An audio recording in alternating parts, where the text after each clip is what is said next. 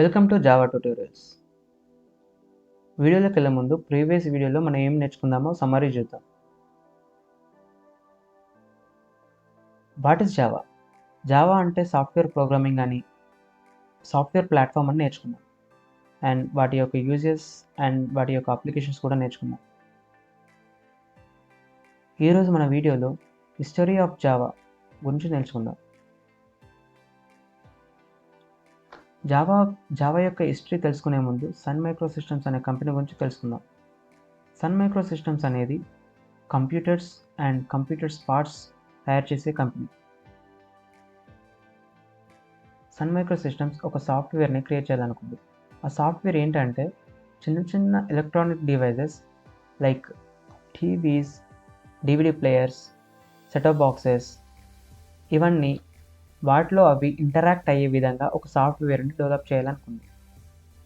దానికోసం ఒక group of డెవలపర్స్ని form చేసి దానికి గ్రీన్ టీమ్ అని, ఆ ప్రాజెక్ట్కి గ్రీన్ ప్రాజెక్ట్ అని పేరు పెట్టింది. ఓకే, గ్రీన్ టీమ్ సాఫ్ట్వేర్ని డెవలప్ చేయాలనుకుంది. బట్ వాళ్ళకు ఒక చిన్న చిన్న సమస్యలు వచ్చినాయి. ప్రాజెక్ట్ని క్రియేట్ చేయాలంటే ఒక ప్రోగ్రామింగ్ లాంగ్వేజ్ని చూస్ చేసుకోవాలి.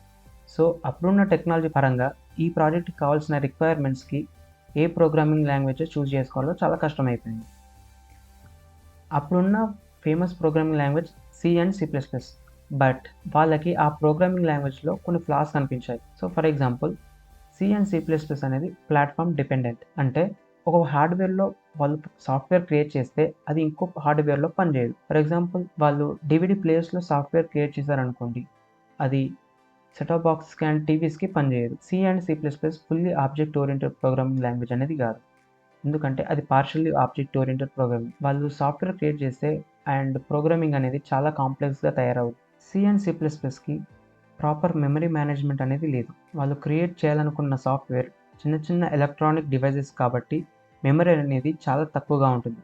సో ప్రాపర్ మెమరీ మేనేజ్మెంట్ లేకపోతే సాఫ్ట్వేర్ అనేది పనికిరాదు.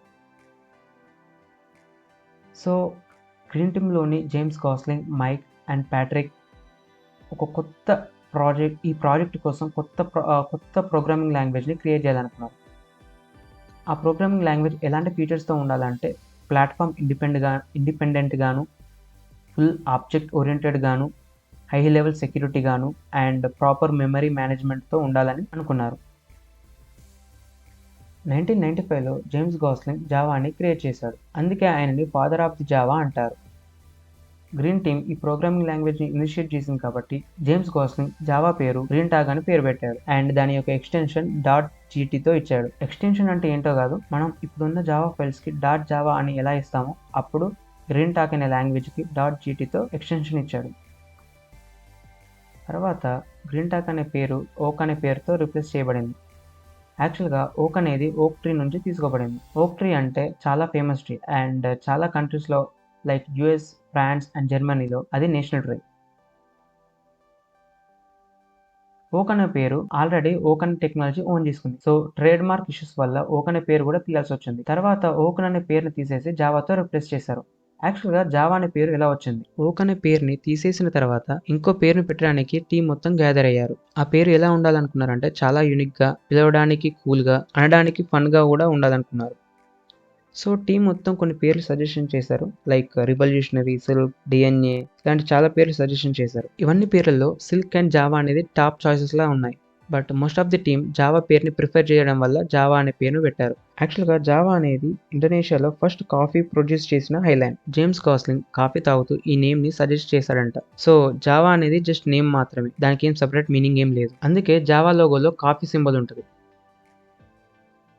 ఇంటర్నెట్ ప్రోగ్రామింగ్ చేయడానికి జావా ప్రోగ్రామింగ్ లాంగ్వేజ్ అనేది చాలా సూట్ అయింది. సో నెట్స్కేప్ అనేది ఒక బ్రౌజర్ కంపెనీ, లైక్ ఇప్పుడున్న గూగుల్, యాహూ అండ్ బింగ్ లాగా అన్నమాట. 2010లో ఒరాకిల్ కంపెనీ సన్ మైక్రో సిస్టమ్ని తన భాగంలో కలిపేసుకుంది. జావా యొక్క ఫస్ట్ వర్షన్ 1996లో రిలీజ్ అయింది.